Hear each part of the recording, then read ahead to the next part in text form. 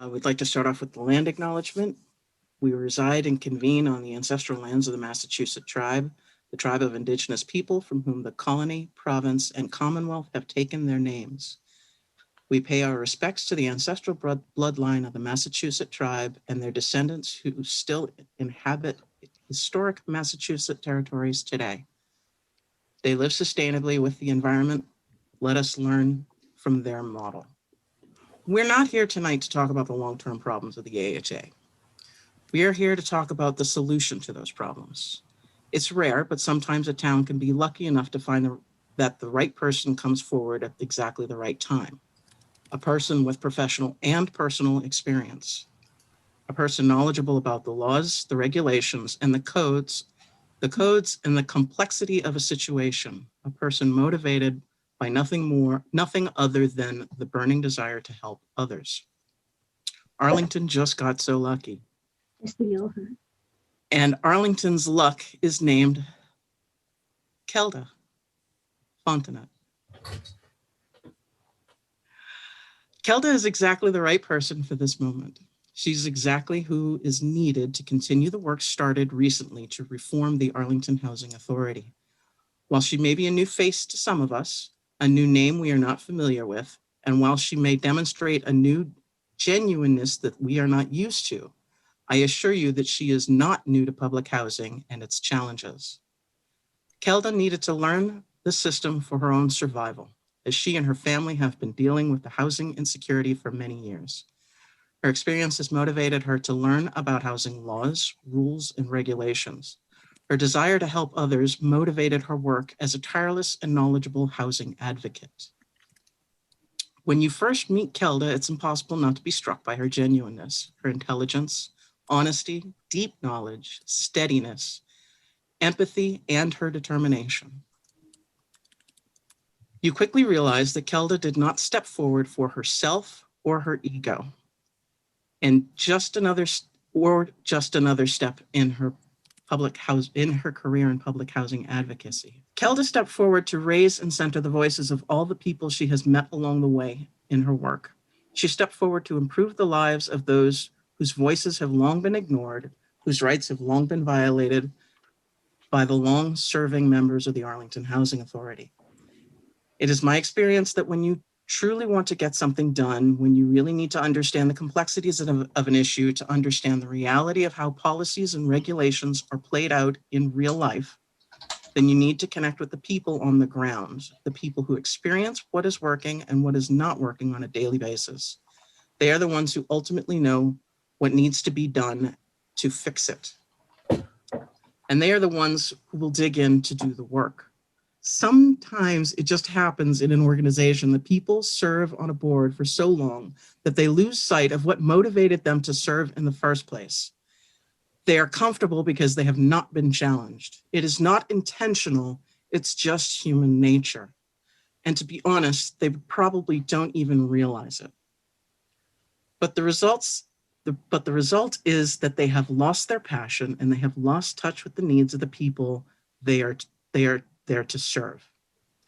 And believe me, all the degrees mean nothing when you lose sight of these things. They don't give degrees in caring, in empathy, in passion, or transparency. If they did, KELDA would have more degrees than anyone I know. She is intelligent, experienced, and dedicated, and this is what makes her such a tireless advocate for the individuals and families who have struggled to understand complex housing codes, unresponsive administrators, and the dehumanizing treatment of those facing housing instability. She's ultimately aware of the challenges that low-income and housing insecure residents need to overcome the inadequacies of the current Housing Authority Board. She's ready to work and learn from her fellow board members and to work with them to make things better. We are here tonight to celebrate how lucky Arlington is to have this moment with KELDA, an incredibly genuine, honest, experienced, and intelligent person. She has an important voice and story and a unique perspective of a lived experience that must be elevated and heard in Arlington. Thank you so much, Melanie. That's Like I blush whenever I hear stuff like that. I have a hard time with compliments, but thank you. That means a lot. And that's exactly what I'm trying to do, is just raise the to put the emphasis on the voices of our neighbors who live in the AHA housing and people who might need the AHA housing and can't access it. My family does have a long history of being affected by housing policies and housing instability. We also have a history of, like, my parents owned property because they were lucky, because they had a relative who gambled. So we have sort of a history on both sides, which I think is valuable, of owning property and renting it out, and then needing help renting property. Right now, we're more on the needing help of renting property side of things. And that's where I gained my experience, because I figured if I need help, obviously there are many, many people who need help. And what can we do to make this process easier and, less dehumanizing? So a little bit about me. I'm from New Orleans. I'm not from here.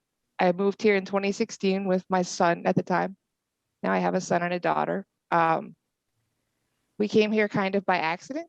I was trying to move closer to Cambridge, and Arlington is right there on a map. I'd never been to Arlington, but it looked nice and the schools were good. And so we landed in Arlington sort of by accident and fell in love with it and stayed. We've had some really great experiences here. When I came here, I was just blown away at how different it was and how much people cared, and how many tenants' rights there were also with rentals. And so that's kind of where I draw my strength from, or draw my inspiration locally from, in wanting to, make change in Arlington. I see the problems. We had to apply for the Arlington Housing Authority after some really horrible experiences with apartments that weren't apartments, that had been condemned years prior, and apartments with 8 people and 2 dogs. We had a lot of experiences. So we had to apply to the Arlington Housing Authority waitlist. And from there, it's been a roller coaster ride. I've become familiar. I've put calls out for other people's stories to see how they compared, and found a lot of similarities. That's how I became acquainted with a lot of the problems, just digging from there.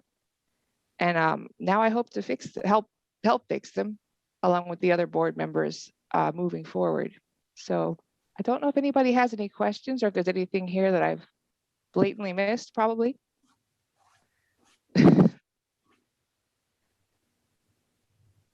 Or does anybody have anything to add? Well, I would jump in to start by asking you, what are your sort of, I guess, 3 main priorities, or choose a number, right? So what is it that you'd like to focus on? What's important to you? So I think the most important thing right now is, or really at any time, is communication. There seems to be a lack of clear, open communication between the residents of the Arlington Housing Authority and the people in charge of the Arlington Housing Authority, particularly the board. So that's the main thing that I really want to tackle, is just making sure that all calls and emails are responded to within 24 hours, and that the phone lines or email mailboxes are open, so people can feel confident that when they reach out, they actually will get a response. Right now, some people are so discouraged that they don't even try, because historically the voicemails have been full or not responded to, calls haven't been answered, emails haven't been returned. So that's my main priority going in. Also, I would like to create a tracking system for maintenance orders, to know not only when things will be fixed and what's being addressed, but by who, to create some accountability here. Because right now it seems like a lot of the maintenance problems or maintenance requests that we have are just kind of being shouted out in the open, and there's no accountability, there's no transparency there for, okay, we hear you and it will be fixed in X amount of days, even by, the standards of the Board of Health, when it should be. Like, for example, rodents need to be addressed within like 24 hours, I believe it is. And so I would like to create a tracking system for not only what's happening and when it's happening, but who's taking the reins on these projects, so people know who to contact if it hasn't happened, or if it has happened and hasn't been taken down. I think the third thing that I would focus on is just having informal sort of chats with the residents. Right now, all we have is board meetings, and board meetings aren't really the ideal place to bring up concerns. There's a limited amount of time, there's an agenda, and I'm open to anybody. Of course, it's a public meeting. The public should be present.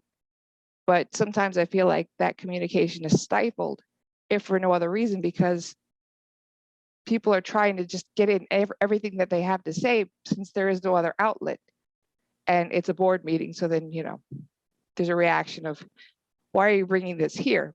So I want to create a separate way, in addition to just showing up at a board meeting, where people can, show up and talk to the board or whoever shows up there, maybe AHA employees show up there, and just informally say, okay, here's how things are going. Things are going great over here.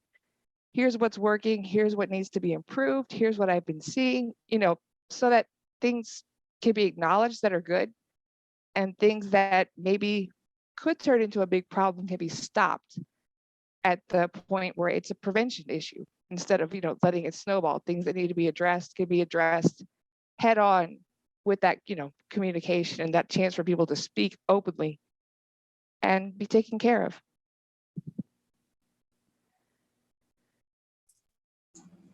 Thank you. I see Sherry. Okay. Go ahead, Sherry. Hi, first of all, I want to thank you, KELDA, for being willing to run for this office. Those of you on the screen and who are in this, who know me, know that I've been watching these meetings for the last 10 months, and I've been appalled at what I've seen from the long-term members and the director. So there definitely is room for improvement and a change. And I think you bring not only the life experience, but your work and volunteer experience to this in a way that will certainly make positive changes. Could you tell us a little bit about your background, your work and volunteer experience, and how you feel that that's made you, given you the skills that will work well on this board? Sure. Thank you, Sherry. Yes, I definitely, that comes into play. I've been a housing advocate for a little bit over 10 years, since about 2010. In 2010, I was impacted by an apartment falling apart on top of me. So that's when I really got into it. I started showing up and volunteering, not only for myself, but for everybody else who I saw who needed the help. And at that point, I was in New Orleans, understanding what the housing code is and who to turn to, and what their rights and responsibilities are. So that's where I started in housing advocacy. I grew from there, just seeing what the need is and responding to it. And I've been doing that for, like I said, a little bit over 10 years. Besides that, that's not a paid job. That's a volunteer opportunity that I took on myself just to help and stay busy. But also my professional work has been as a musician and in managing both musical project management, and then hospitality management for a little bit over 10 years as well. So I have experience on the business side of things doing that, and then on the volunteer side of things in advocacy. Thank you. I see hands up. So Don. Hi, Don Seltzer. I was going to say some of the same things that Sherry just said. I've been watching the Housing Authority for the last year or so. Last year, Joanne Preston ran on very many of these exact same issues, and not only did she win, she got more votes than any candidate for the post has in the last 20 years.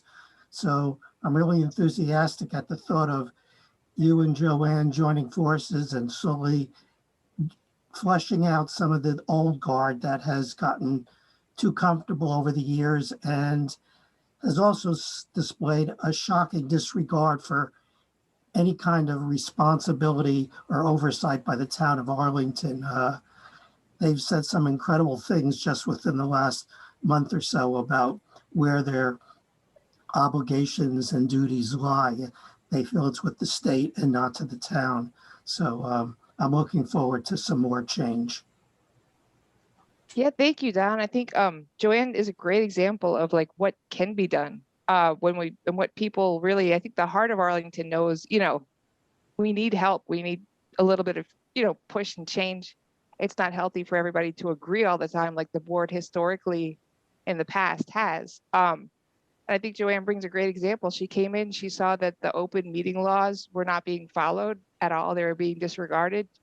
She took action. And when she took action, everybody jumped on board with her. It actually happened. Now we're in compliance with the open meeting laws finally.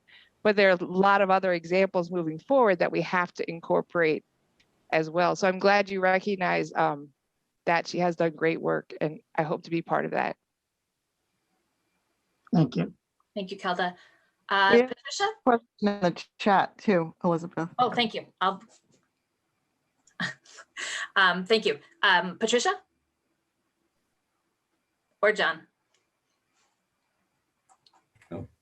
Yes, it's John first. I'd like to be second. I don't want him to outdo me, so it's John first. Okay, thank you. John Word and I, only one of us registered because I don't know how to do this computer stuff. No, I think Melanie's introduction was very nice for KELDA. It's actually the same introduction could have been given for Joanne Preston last year. She's, she was elected, as Don just mentioned, with an overwhelming vote. And she started trying to move them. And more recently, there was a vacancy because I don't know how this happened, but one fella sat on a housing board for 20 years without ever getting reelected somehow. But they finally caught up with him and they elected someone else who is a young woman who I think lives in one of the projects. And so if KELDA can get elected now, they will have a majority on the board and they'll really be able to work that kind of change that is being talked about. And I think all you folks would like to see. I'd like to mention also that Joanne is also running for town meeting this year, has kind of a tough election because there's more candidates than there are seats. And it's important when someone, she's the only one of, I think, our people who holds an important town position. And it's important that someone like that keep their town meeting seat, because that shows that the people in their own neighborhood still support them, despite the fact that they're also serving the whole town. So Patricia would now like to say a word. She's also a former Housing Authority Commissioner. Yes, thank you. Thank you, Elizabeth. I would want to point out that our executive director, prior to the current executive director, I really found it easy to work with him. No executive director is ideal, but I found it really enjoyable to work with the previous executive director. And I think that's an essential component of the job, actually, if you want to maximize the impact that you can have as a commissioner. I actually, the previous executive director was very good at understanding the residents of the housing authority buildings, and he frequently had get-togethers and whatnot. I think KELDA could bring her musical aptitude there. It would be terrific. But the fact that he was tuned in to what the residents of the different buildings really needed gave us time to get to strategize on getting more affordable housing. And after I left the commission, I noticed none of that was being done, and we are not increasing our affordable housing, which we should be. When I was in the Housing Authority, we actually helped the Housing Corporation of Arlington to get established, and they are continuing to do creation of affordable housing, and most of all, they have bought buildings and renovated them to bring us affordable housing without the huge construction costs that come with other things. But that opportunity is being completely lost. Look at CPA. They've hardly asked anything from CPA. We should really increasing our holdings in town. is totally stagnant. And it needs for the executive director to be not only very much more caring for the current residents, but also looking to the future and ways to accommodate additional people in the housing authority properties. So I do want to emphasize that we are losing opportunities, and I hope if KELDA gets elected that she will keep that in mind, in addition to, of course, helping our current residents from the disgraceful things that we've been hearing about and the disgusting comments of one particular housing authority commissioner that I've been really shocked to read some of his stuff. Thank you. Thank you, Patricia, and thank you, John. I'm gonna also, I just want to respond to John's comment about Joanne Preston and KELDA bringing up Joanne. She has, you know, her election last year, I believe, was the beginning of the change, right? That was the first step of the movement towards change within the Housing Authority. And then with the appointment of Fiorella Badia to take the tenant's position. And I agree completely that Joanne is a valuable member of the town meeting as well, and would love to see her be reelected and support her. So just want to put that out there. I know that Sherry wanted to jump in and make a clarification about Fiorella's position. So Sherry. Thank you. John and Patricia, hi. I just wanted to clarify, Fiorella was not elected. Fiorella was appointed because the state finally passed legislation that said we needed to have a tenant representative on the housing authority. So she was appointed. Technically, her appointment will run out in April, and sometime in May, the select board will appoint someone. We're hoping that they find a way in which legally they can reappoint her, but that might not happen. She might have to go into a pool of other applicants and be appointed from that pool. Hopefully that will happen. I don't know if any of you have watched the meetings, but in the last 4 months, this young woman has moved so far up the learning curve. She studied the budget.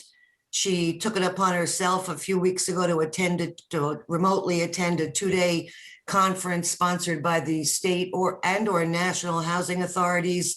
She asks very insightful questions during the meetings. So it would be a loss to lose her. There might be someone else out there equally good who could be reappointed, but she's not elected. So we don't know that we're going to have her for very long, which is even more reason that we need someone like KELDA who's forward thinking and wants to make the changes that are so drastically needed on this board to help make the lives of these people, these neighbors of ours, safer and more secure. That is the responsibility of the housing authority. Brian Connor recently opined in an article that there's very little power they have, that they have to abide by zoning regulations and building codes. This is not the limit of their power. They're there to implement the rules and regulations and make the lives of their residents better. And I think knowing KELDA for this short 4 to 6 weeks I've known her, that she will do that. Thanks. Thank you, Sherry. I'd like to bring a question forward, KELDA, that's in the chat. Do you think the structure of the board is adequate to realize your goals? Should there be a drastic change, or could you work with what exists already? That is a great question. Thank you, Martine. Is it Martine?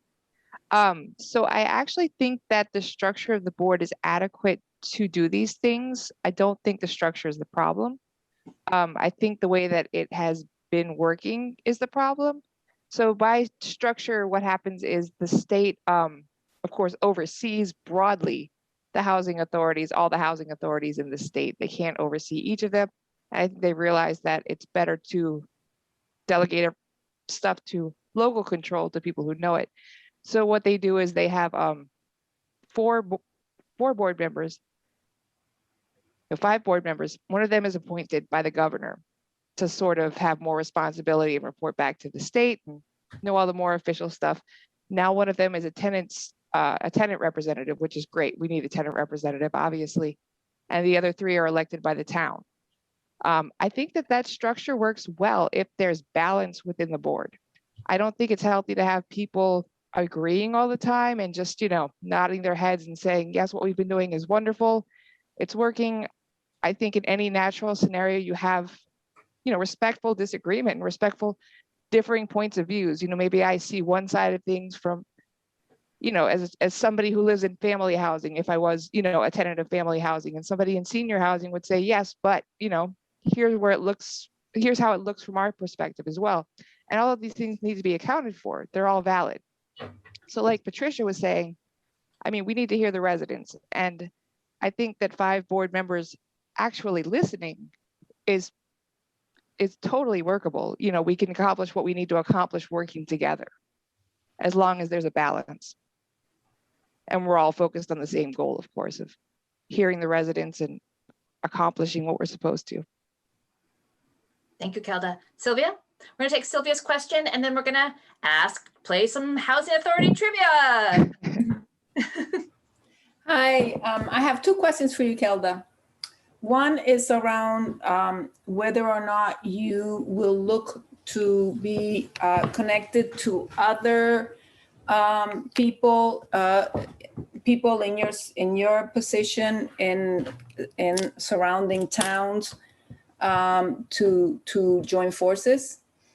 And that's number 1, because there's power in unity. And the other question is how to get us, not the people living in housing, but us, to be better neighbors, not only in terms of being better neighbors, but can we really work at getting us integrated? I don't know how you, have you thought about this? It seems crazy to me that there's people living in the town that I don't see. Okay, and yeah, that may be partly the fact that I'm working all the time, but the issue is that that's on us. It's not on them.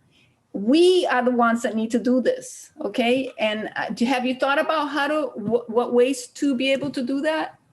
Yes, I have.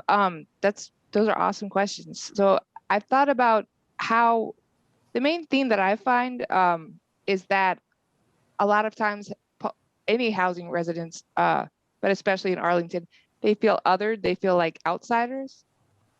So I think that the main thing that we can do as neighbors without living there is just to be welcoming to everybody and not exclude people based on any kind of perceived divisions. The biggest division that I've seen within any kind of housing situation like this is economic. So by design, the people applying for housing who need housing through the Arlington Housing Authority are low income. You have to be to apply. This is a fact. So a lot of times they feel excluded because people, there's all kinds of class things going on. Or if you invite somebody, for example, to a party at a country club, they're not going to be able to go. If I can't afford it, I can't go. But I think in everyday conversations, it's important just to include everybody across the lines with, regardless of any kind of diversity, whether they're disabled and not able to join in person, whether their income is perceived as, some kind of a barrier. Just to have that mindset of inclusivity, I think goes a very long way. I hope, is that a clear answer? Well, I just think that this is something we really need to think as a community. Do you want to have people in these little igloos in different parts, or do we want to be part of a community? So this is something that we have to work at. It's just not okay, Right, definitely. I also understand that, for example, people inside of these housing units can't have like birthday parties and things like that, which this is what I heard from Joanne, before when she was running. This is the information that I got, that they can't have like parties, okay, like birthday parties or any of those kind of things. If that's true, that needs to stop. Okay. Yes, that definitely. Okay, so I'm just, you know, how is it possible that if that's the case, that will be happening? I mean, that's just really, it's crazy to me. I'm not aware of any policies that would prevent any kind of birthday parties. Obviously, you can't have a blowout in any apartment, you know, regardless of where it is. But I know that a lot of people feel embarrassed, like they don't want to have people over because if your building is in disrepair and it's small, and you know, you don't want people over. And then a lot of times the rec rooms are either hard to access or impossible to access. So you might have this beautiful, you know, new building or new place that they just put in your development where you could have a party and it's right there and it should be accessible, but functionally speaking, it might as well just not be there because it's not. So I think we need to, we definitely need to delve more into this. Like you said, we need to learn as a community and have inclusive programs and figure out, you know, I appreciate you bringing that up, to figure out more ways. What are the barriers and how do we knock them down? Because these are absolutely, you know, these are our neighbors. They shouldn't feel like other outsiders at all. They're a valuable part of the community. And for your, it's an issue of human rights. Exactly. Yes, exactly. And for your first question, was about the, I'm sorry, I'm blanking. Executive meeting other people, meeting other people in your position and thank you. I'm like, in housing authorities in the surrounding towns. Yes, I've already reached out to I've sat in on meetings for the Medford Housing Authority, and I think that's the only one I can get in touch with so far, but I've sat in other housing authority meetings to see like what they do differently and what I would like to implement more, and you know, takeaways, different ways things are done. I've also reached out to members of the board of the Medford and I think Brookline. Like I sent a bunch of emails to people just saying like, I'm running for this position. Can you help me? Can you give me some insight on things that have worked for you, you know, to connect? I've joined or I've been in communication with people in Medford housing groups. They aren't members of the board, but I'm trying to get in touch with members of the board because that is absolutely, we're not an island. We need to work together. Yeah. Thank you. Sherry, briefly, and then we're going to go to Sandra with the next trivia question. Yeah, I'm sorry, but I just wanted to clarify, Sylvia. The residents are allowed to have birthday parties in their own units. What my understanding is they can't use the public rooms. They did at one point in one of the senior buildings and there was a mass or something. And so they've now decided no birthdays, no celebrations in the public rooms. Probably they can have them at Monogamy in the community center after COVID, but I'm not sure. But there's no regulation against having in your own unit birthday parties. Yeah, but why have these rooms if you're not going to use them? Exactly. That seems really paternalistic. You were bad. You can't have this in this room anymore. Come on. Yep. It's ridiculous. Thank you. Okay, Jordan, could you put the next question up? Thank you. So here we go. Let's give it 20 seconds. Which of these are recommendations made by the League of Women Voters after conducting a 5-year study of the Arlington Housing Authority from 2013 to 2018 and published January 21st of this year in the Arlington Advocate? So which of these are recommendations?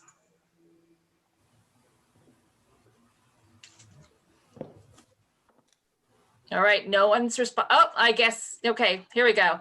All right, you guys obviously, you know how to take these tests.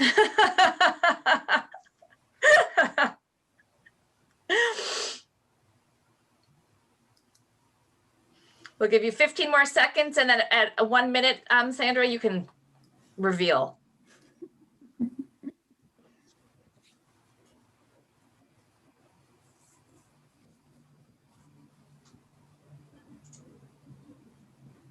All right, are we ready for the answer? We are. The answer is all of the above. Yeah. Yes, and we got it right. 87% answered all of the above. Nice job. let me just, so over a 5-year period, the League of Women Voters conducted interviews, sat in on meetings, and studied documents and consulted state regulations. And while the full report has not been made public, their conclusion is clear. Change is needed. And they actually encourage in their publication, they encourage new candidates to run for the board. And Robin will put the link to that article in the chat. And we will go on to the next question, which I think is Melanie. Yep. Melanie Francis. How much Community Preservation Act fund money was specifically set aside for the Arlington Housing Authority went unused last year? So money that was earmarked for the Housing Authority grants, but was not, no grants were put in.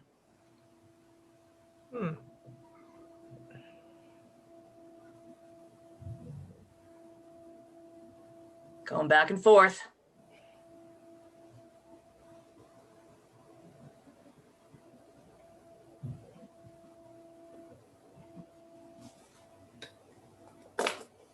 All right, Melanie. I thought I had question 8. Sorry. Oh, I'm sorry. See, I don't know whose this was then. I apologize. I had question 8.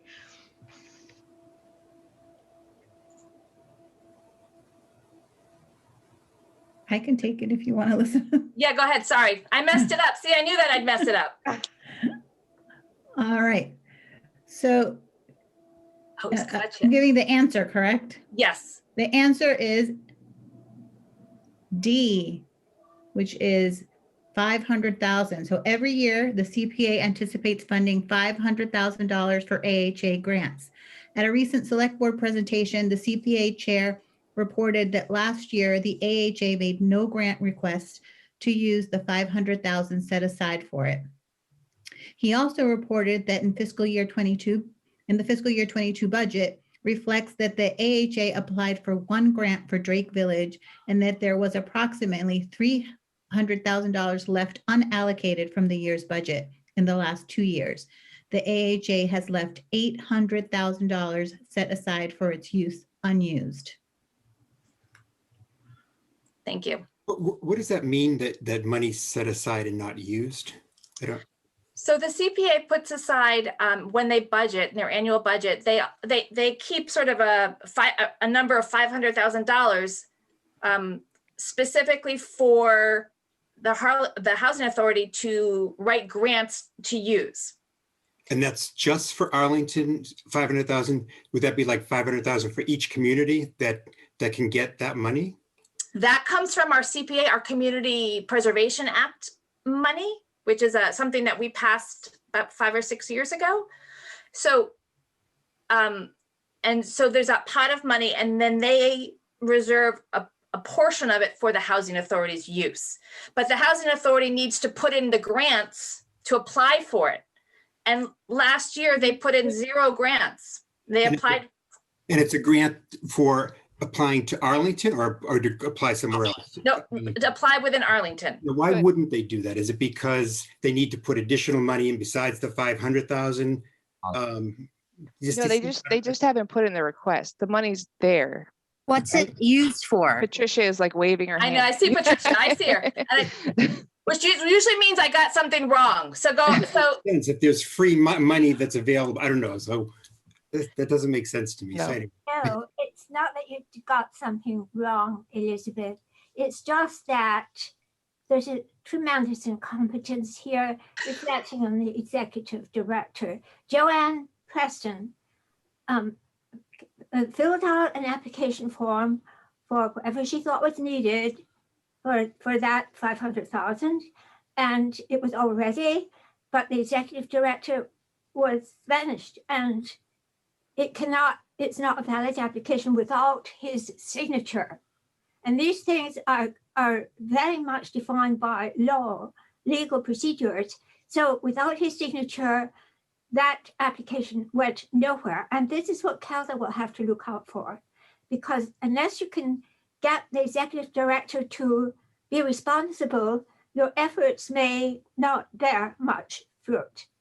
And there are a lot of examples like this where if the board does work together, and like I said, I believe we absolutely could work together moving forward, there are a lot of additional programs. There's a lot of funding for those programs. It's not a matter of funding a lot of times with AHA. It's a matter of getting people together to work together and want to make this a priority.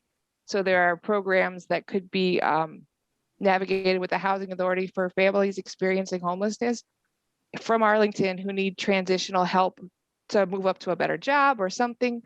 There are programs to help people move up economically to exit the Housing Authority and not need it anymore and own property in the future that might prioritize Arlington residents or bring us new residents. And these things aren't being accessed because they're not a priority. It's not that they don't exist. It's not that other towns haven't done them.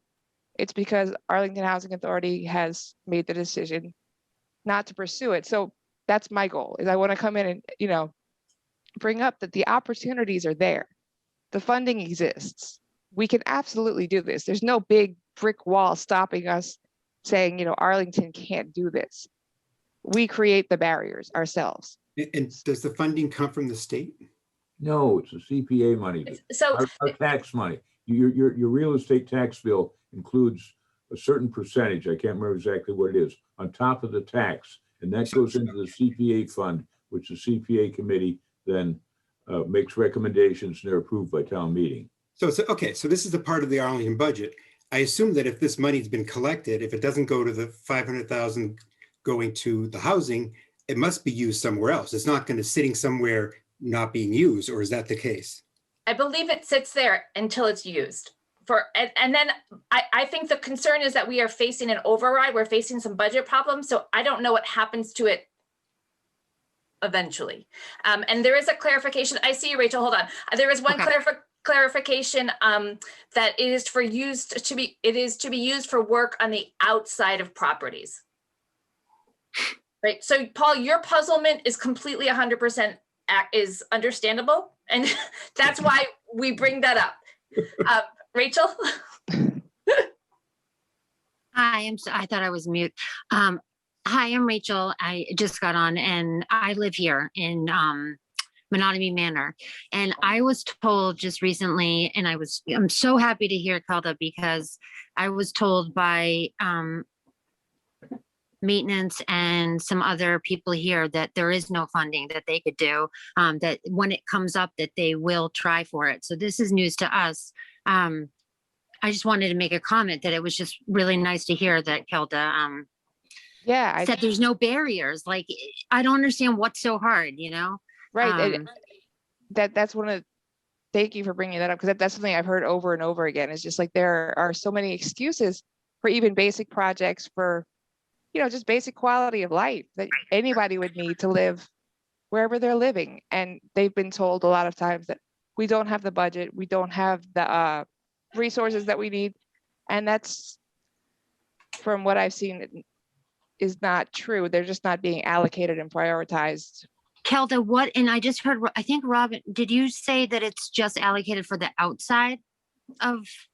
Yes, that is what Sherry put into the chat, is that it can be only be used for work on the outside of properties. But so there outside, is other does that funding. mean windows? Does that mean, I was just curious of how far? Yeah, I don't have, those are okay. Excellent questions, because I know that is a concern. And that is one of the reasons I bring it up, is because they also left $300,000 for this fiscal year on the table. And I think KELDA's also talking about general money, like there is state money, KELDA, right? There is a lot of state money. There's a lot of money that's already been allocated to things that isn't being used. For example, the website, they allocated money for that. It's not being used. I mean, it's generally, I can't speak to everything, I'm still learning, but it's generally not a huge funding issue here. It's an issue of getting people to, like I said, work together and prioritize what's most important. And that gets funded. Thank you. Don? Yeah, actually, I had meant to bring up this issue tonight. There are actually two pools of money that are available to the AHA. there's the Community Preservation Act, as John Ward indicated. It's basically something that the town has voted to as a sort of a surtax on our property taxes. It's an extra 1 or 2% on top of it. And it's restricted as to where it can be spent. There are about 4 different areas, and a certain amount minimum has to be spent in each of the areas, one of which is housing. And the other one is the community development block grants, which I guess is federal money. And the thing that has struck me is that for the last couple of years, you never see anybody from the housing authority applying for either one of these batch of funds. And when they do, it is usually just for doing some sort of preventive maintenance, not even preventive maintenance, maintenance of stuff that was badly constructed in the first place, like leaking windows and stuff like that. They're never asking for like a larger share of these funds, which they could do for new projects. It's always just to fix stuff that is broken, that wasn't built right in the first place. So I'd like to see KELDA maybe being more proactive in when the budgets for these funds, both the block grants and the CPA come up, to be more aggressive in saying, yeah, we want some more of this. We don't want it all spent on athletic fields where the lion's share of it goes now, or we've just been dumping millions into rebuilding Whittemore Park in the center. I think that these are funds that are better suited for improving our housing now. Yes, thank you. That's a great point. I actually noticed, so one of my big projects has been trying to access the budget. It's supposed to be public, but if you try to find the AHA budget, it's not very public. I can't find it anywhere. So that's been one of my big projects. The last thing that I could find was mentioned was the 2019 annual report, I believe it's called, that mentions the AHA in broad. It's not a specific budget, but it's a broad thing. And I noticed the same thing as you, Don, that a lot of things that they note as like big accomplishments that they've spent this money on is really just stuff that they needed to do for basic maintenance, like repairing fire escapes or widening doors to be ADA accessible, which should have needs to happen regardless. It's not an accomplishment to do your job. So that's something that I am also arguing for. A lot of residents, particularly of senior housing, are doing great and have no complaints. And so my goal is to extend that so that everybody, I mean, if everything is fixed, that's very basic, on the ground level, like we can apply for grants for even more wonderful stuff to improve the lives of residents. Right now we're just trying to get up to the basic, I feel like, and we need to get beyond that to where everybody can do even better. There shouldn't be a ceiling on how well you can do when you live in public housing. You should be able to have a great life. Thank you. We're going to take a quick break from questions, but we're going to come back to you, Sylvia. I see your hand up. We just want to talk about some business. So I'm going to ask Rebecca Gruber, who's part of KELDA's been working with KELDA on the elections to speak. Thank you, Rebecca. Let me just let a couple people in so they can all hear what I'm about to say. And then I will say what I'm going to say, which is KELDA. I'm going to keep saying the name KELDA because studies have shown that you need to hear a candidate's name 6, 7, as many times as possible, because name recognition is what people tend to vote on. And that's why incumbents usually have an advantage, because their name is recognized. And also on the ballot, if you've ever noticed, there's a little asterisk indicating that they're the incumbent. And so people vote for them again. We want KELDA to be elected. That's why we're all here. And so we need people to know KELDA's name. We need you to talk about KELDA to everyone around you. You should all make a commitment. What 3 people are you going to run into tomorrow and the next day when the weather is so lovely, and say KELDA's name too? So that's first off. We need to get KELDA's name out. We need people to hear it many, many, many times. That's not all we want to ask. We would love for you to volunteer in other ways. in helping Kelda's campaign. I think Robin's going to put in a link that has a possibility for you to indicate of the various volunteer opportunities, what you might be able to commit to helping us with. Is it up there, Robin? So I'm going to give just a second for people to use the link right now while they're thinking of it, while they have Kelda's name in their mind. votekelda.com/volunteer is the link you should have. I'm going to put it in. I don't think it's there. There it is. So if you click on that link, it will take you to a volunteer page. Take a quick look, maybe something right away. You know you could help with Kelda's campaign in this way.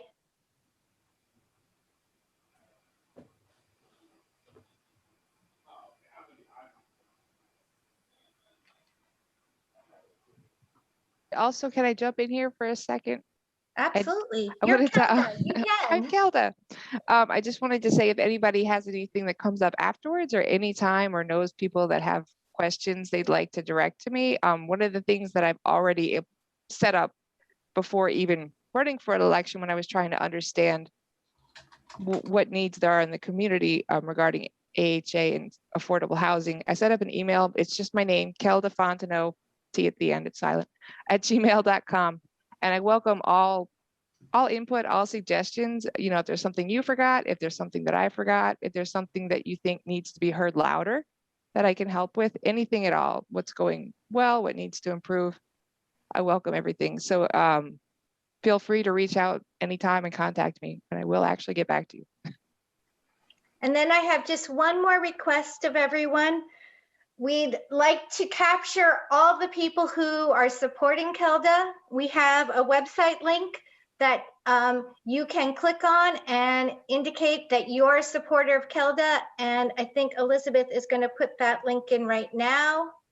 And I'm once again going to give you time to take advantage of that link while it's right here and present.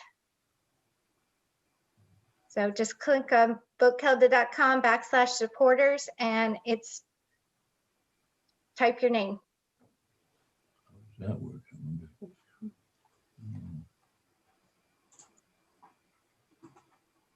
That's all right. You should put us on the mute.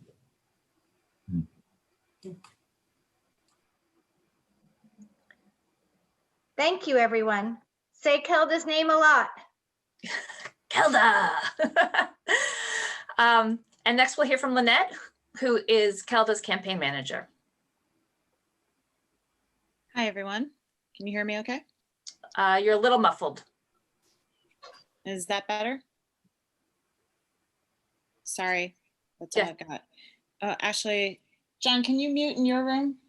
My husband's on the call, so it might be. Oh, that's better. This is perfect, whatever you are now. Okay, great. My name is Lynette Martin. Thank you so much, everyone, for being here tonight. I am super excited about KELDA Fontenot's candidacy. I hope you all have gotten a sense of how amazing she is. She's just incredible. And I truly believe that this race is the most important race on the ballot this year.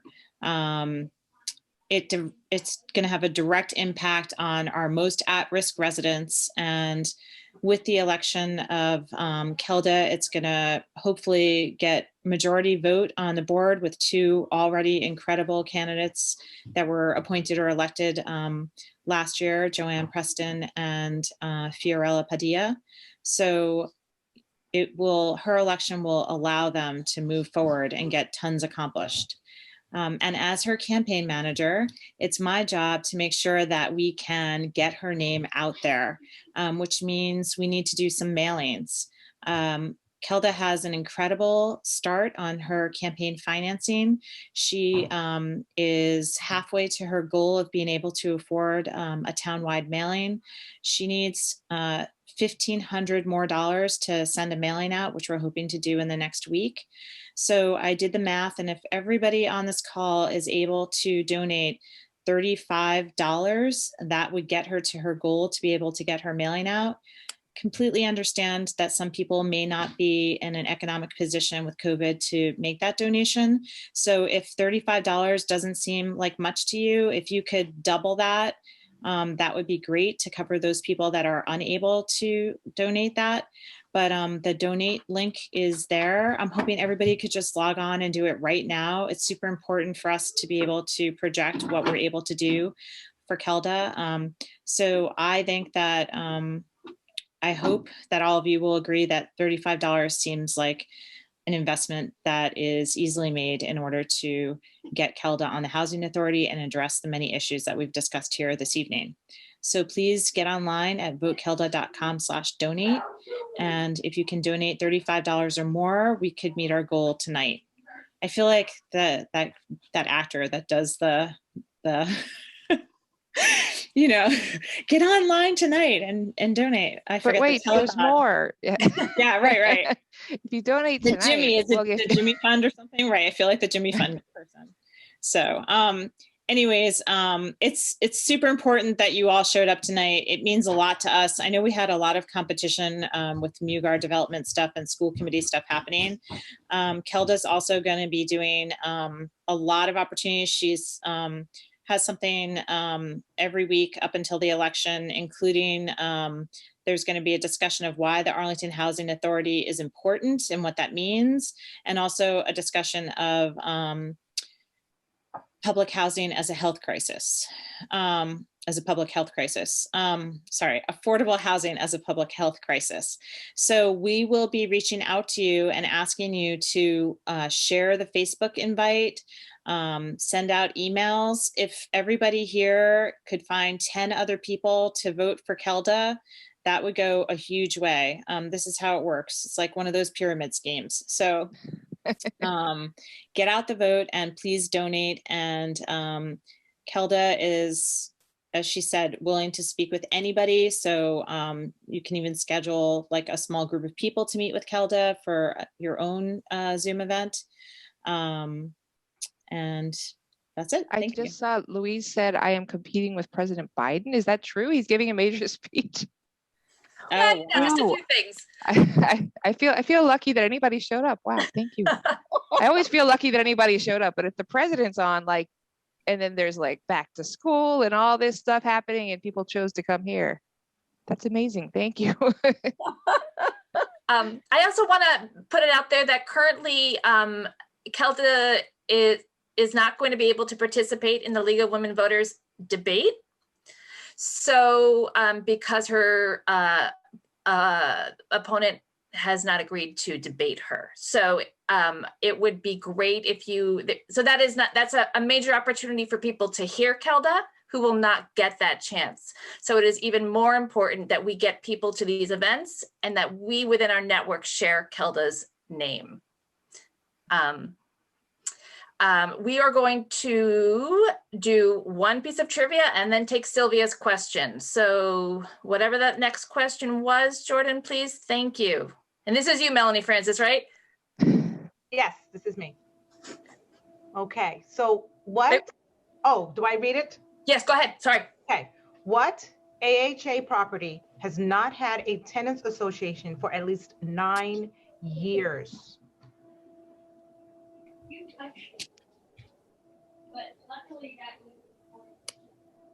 I know the answer.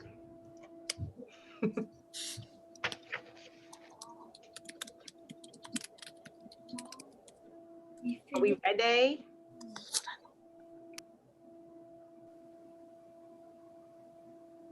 Okay, are we ready for the answer? Sounds good. It's Menotomy Manor. It's Menotomy Manor. Oh, everybody knew. Well, a lot of people knew. Yeah, it's home to 179 of Arlington's most diverse families.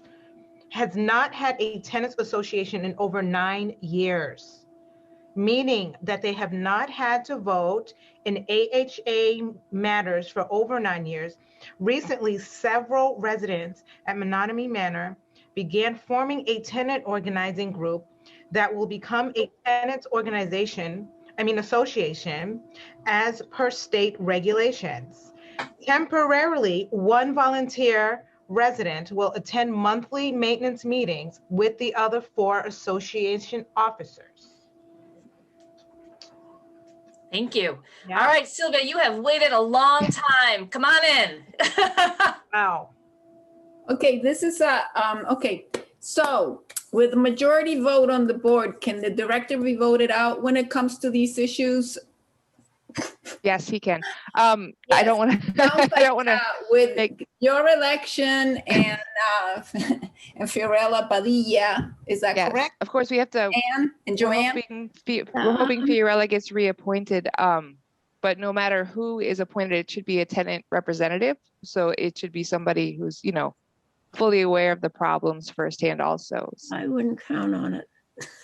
Well, we're hoping. I mean, you know, all we can do is hope, right? I mean, It takes 3 votes, but you also have to have some reasons to fire the executive director, you know, but there are a lot of categories of reasons. So, and part of our job as the board is to keep him accountable and responsible for what he's doing. So, and also elevating residents' concerns if they're not being addressed. So at the very least, even if while he is still there, or if he remains there, at the very least, with more voices on the board, we will be heard better, obviously, yes. and raising concerns and making sure that we're accountable to the residents like our job states. Thank you. And I just wanted to make sure people see Joanne Preston joined us. Thank you for being here, Joanne. We've mentioned your name a lot tonight, so you must have heard your ears burning. We're glad you're here.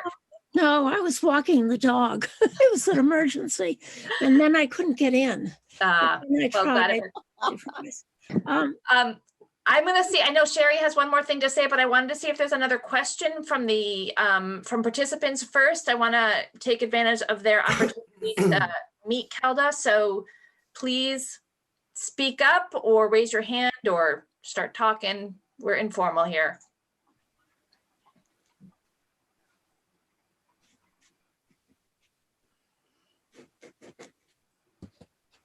Last call for questions. KELDA. Just thought I'd get it out there a couple more times. All right, share. Oh, Mona came in right under the bell.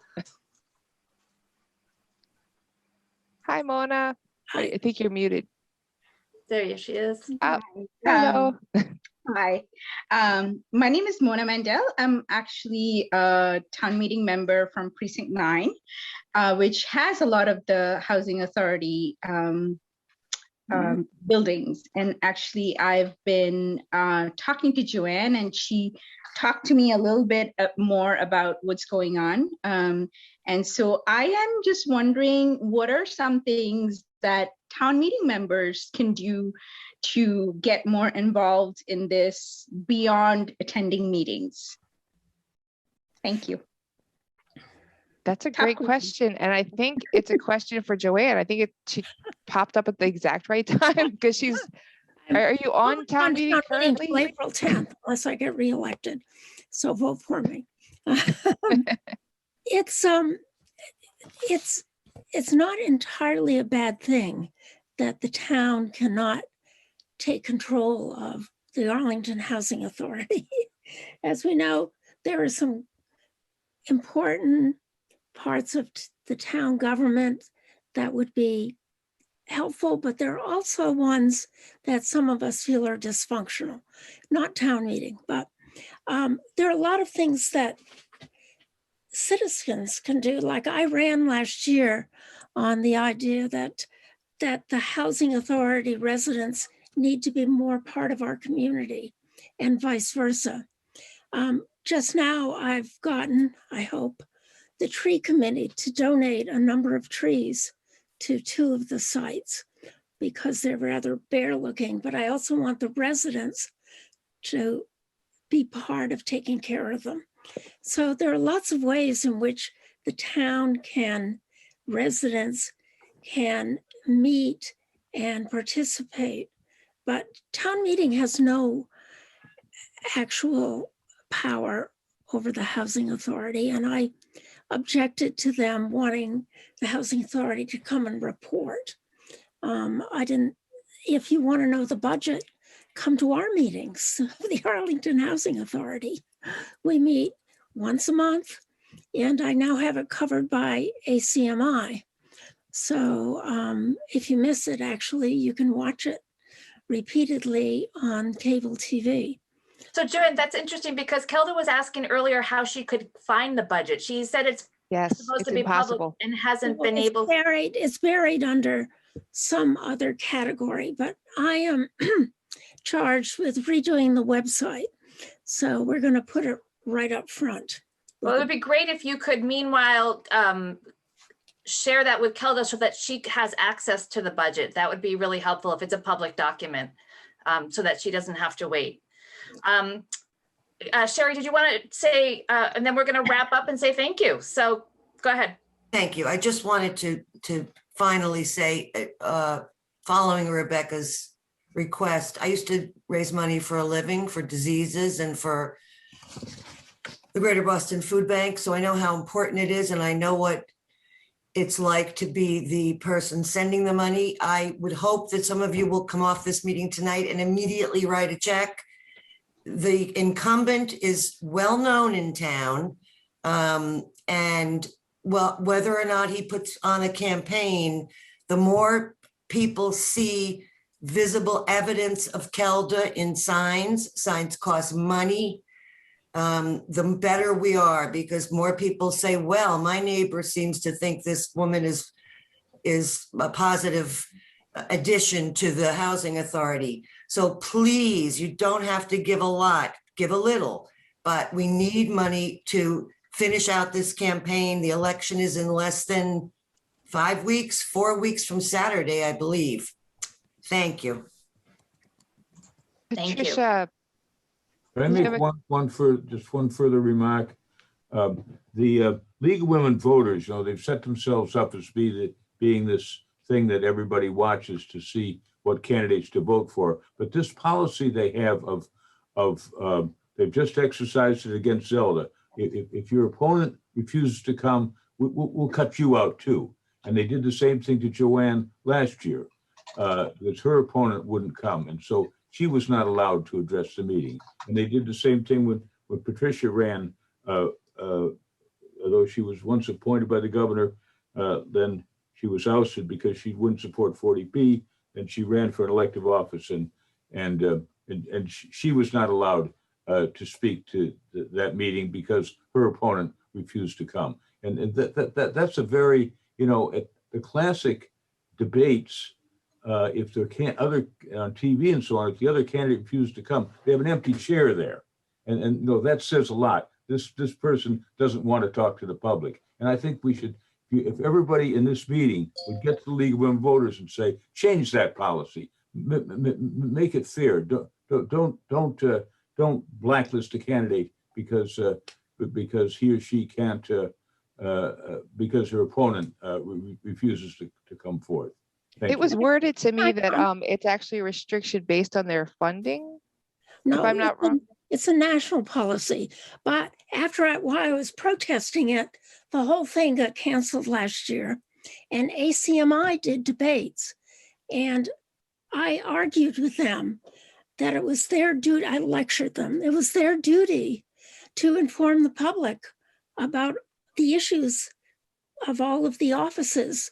And if my opponent didn't want to be part of this, that should not prevent them from carrying out their public duty. So I was on all by myself in the debate. So if they she won, there you go. Yeah. So I think if ACMI covers it, get in touch with me and they will cover just you. Yes, they will definitely. Thank you for pointing that out. They've already contacted us and said that they're happy to air recorded up to 5-minute statements. So I'm going to absolutely take advantage of that. And hopefully my opponent will show up for the ACMI debate. I'm not sure why he's not showing up for the League of Women's Voters, but hopefully he'll be available for. But if he doesn't, you can use.